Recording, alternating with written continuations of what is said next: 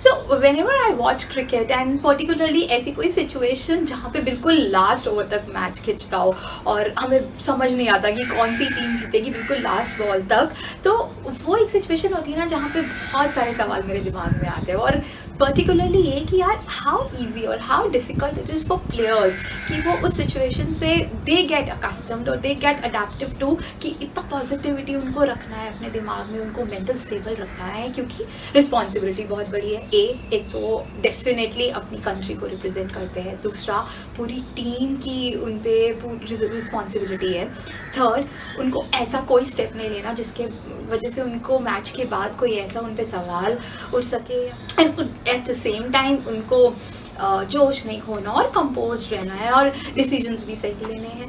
तो वो एक बहुत सारी चीज़ें दिमाग में मेरे घूमती हैं कि वो किस तरह से अपने आप को मेंटली फिट रखते हैं उस टाइम पे। और ये ज़रूरी नहीं है कि जो बैटिंग साइड पे हो या जो बॉलिंग साइड पे हो दोनों टीम को ही बराबर रखना है। लेकिन अगर कोई टीम एफर्ट्स करने के बाद भी हार जाती है और बट उनका नेक्स्ट मैच है, सो वो उसी तैयारी और उसी ज़ील और उसी पैशन के साथ वो नेक्स्ट मैच खेलने आते हैं। और सबसे बड़ी बात है एक उम्मीद होती है उनके पास, फिर से एक दोबारा उम्मीद लेके कि यार ये मैच हम जीतेंगे। तो वो बहुत एक अमेजिंग चीज़ है and it is really commendable. और क्योंकि मैंने एक मूवी भी देखी थी, तो उस मूवी का जो हीरो था he has been going through a lot in the movie, like lot many difficulties, अब उसकी लाइफ में बहुत कुछ चल रहा है and which he could not cope up. So एक बार वो अपने फ्रेंड के पास जाता है, अपने फ्रेंड को बस he was on the verge of giving up, तो वो अपने फ्रेंड को बोलता है कि यार मुश्किल है, एंड वापस उसका फ्रेंड उसको बोलता है कि आसान किसके लिए है।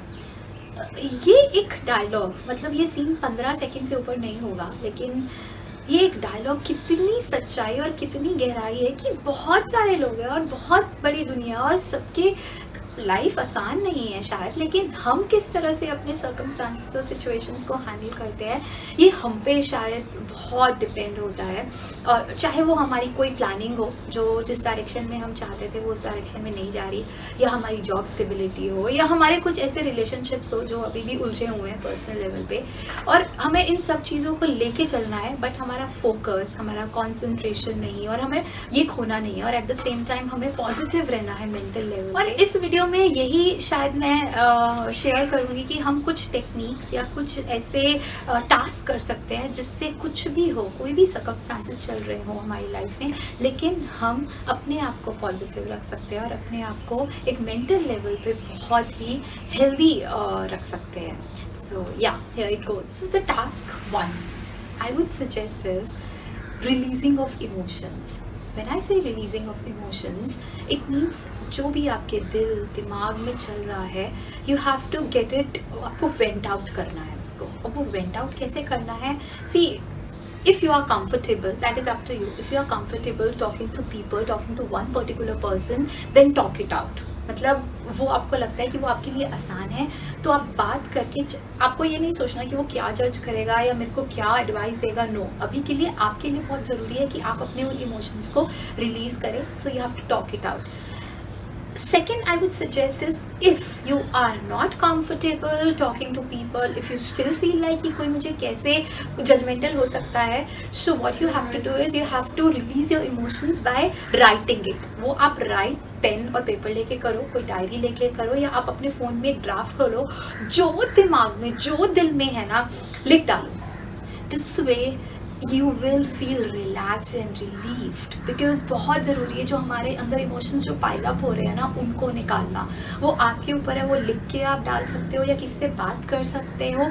Please do that because that would really help. The second task is कि बहुत ज़रूरी है कि हम अपने माइंड को किस तरह के मैसेजेस दे रहे हैं, एंड क्योंकि हमारी सिचुएशन चाहे जो भी सर्कमस्टांसेस हो, हमें अपने आप को बहुत पॉजिटिव मैसेजेस देने हैं, and we call it the sign of affirmations. When we call it sign of affirmations, so that means कि आपको एक पेपर लेना है, सबसे पहले उनको छोटे छोटे छोटे छोटे स्लिप्स में काट दो। Every morning when you get up, आपको हर एक जो वो आपने जो छोटी छोटी स्लिप्स काटी है ना, हर एक दिन आपको सुबह उठते ही उस स्लिप पे अपनी ऐसी कोई थॉट लिखनी है जो आपको बहुत पॉजिटिव करेगी उस टाइम पे। फॉर एग्जांपल, फर्स्ट डे आप उठे, आपने लिखा दिस शेल पास सून, वो एक उस चिट को आपने फोल्ड करा, you have to make a बहुत बड़ा एक जार लेना है, उसके अंदर डाल दिया।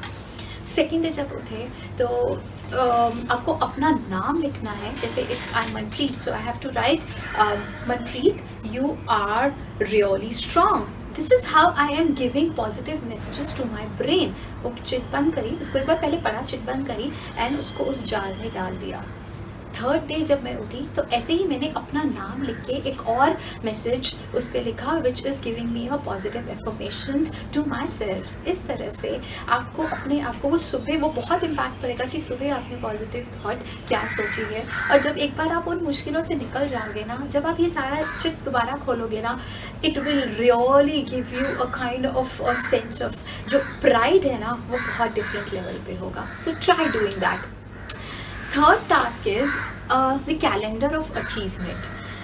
When I say calendar of achievement, it means कि आपने अभी तक की, अभी चाहे आपकी प्लानिंग के अकॉर्डिंग चीज़ें नहीं चल रही या जिस डायरेक्शन में आप जाना चाहते हैं, बट जो भी आपके पास्ट में अचीवमेंट्स रहे हैं, मे बी पिछले 3 साल से 4 साल से, आपको एक टाइमलाइन बनाना है, कैलेंडर बनाना है विद अ मंथ। अगर डेट याद है तो वो भी लिख सकते हैं कि कौन सी डेट को आपने कौन सी अचीवमेंट कर। जब आप कैलेंडर ऑफ अचीवमेंट एक लिखोगे ना, और लिखते हुए जो आपकी एक कॉन्फिडेंस बूस्ट होगा ना, बिकॉज नाउ यू नो यार, ये तो कभी सोचा ही नहीं था कि ये भी एक हमने अचीवमेंट की थी। सो वो एक सेंस ऑफ प्राइड आएगा which instantly lifts up your mind, lifts up your mood, and वो एक बहुत पॉजिटिव आपको एक मैसेज देगा और आपके माइंड को स्टेबल रखेगा।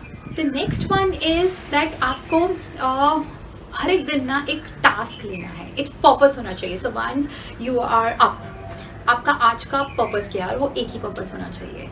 बिकॉज फॉर एग्जाम्पल, आज का आपका पर्पस होना चाहिए क्लीनिंग द रूम, तो आप आज अपना, या क्लीनिंग द हाउस, तो आज आपको वो पूरा उस पर फोकस करना है। The second day when you get up, आज का आपका फोकस होना है, आज आप अपने उन लोगों से बात करेंगे जिनसे आपने बहुत सालों से बात नहीं करी है। So try focusing on that.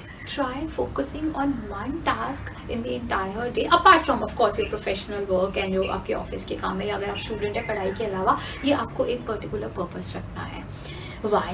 Because this will keep you occupied. जब आपके पास आप अपने रूटीन से अलग होके कुछ करेंगे, ये आपके माइंड को इतना ऑक्यूपाइड रखेगा that there would be no room left for overthinking on which is not required. तो वो अननेसेसरी जो नेगेटिव थॉट्स होंगी, वो शायद इस टाइम के लिए अभी किसी डब्बे में बंद हो जाएंगी। एंड आपको अभी फ़िलहाल के लिए एवरी डे एक टास्क लेना है जो उस दिन के लिए उस पर आपको फोकस करना है, apart from your routine. The next is that some music therapy. And ये एक म्यूज़िक में ना बहुत पावर होती है, बहुत ताकत होती है आपके मूड को ठीक करने की इंस्टेंटली। सो जिस तरह का भी म्यूज़िक आपको पसंद है, whether it's instrumental, whether it's a peppy song, whether it's beats वाले सॉन्ग्स, एनी लैंग्वेज, सुनिएगा। आज के दिन वो आप सुनेंगे ना, मतलब वो डेफिनेटली आपका मूड अपलिफ्ट कर देगा। बट एक रिकमेंडेशन है, लो ट्यून या सैड सॉन्ग्स मत सुनिएगा, बिकॉज अननेसेसरी वो आपको एक डार्क जोन में लेने की वो ऑन द वर्ज हो सकता है। So that's a recommendation. So try listening to which is high on beats and which is really, या अगर कोई सूदिंग म्यूज़िक आपको पसंद है, बहुत सारे आपको इंटरनेट पे मिल जाएंगे विद काम एंड कंपोज करने के लिए, हाँ, लेकिन सैड ट्यून्स मत सुनिएगा। These were certain recommendations and आप पे हैं, आप ये सारे फॉलो करना चाहते हैं, आप इसमें से कोई एक पिक करना चाहते हैं, या आपके पास ऐसा कोई रिकमेंडेशन है जो आपको लगता है कि वो should help others also to keep themselves positive, so I would request you कि आप वो कमेंट सेक्शन में ज़रूर लिखिएगा। And this is it for now. Thank you, bye bye, take care, stay positive.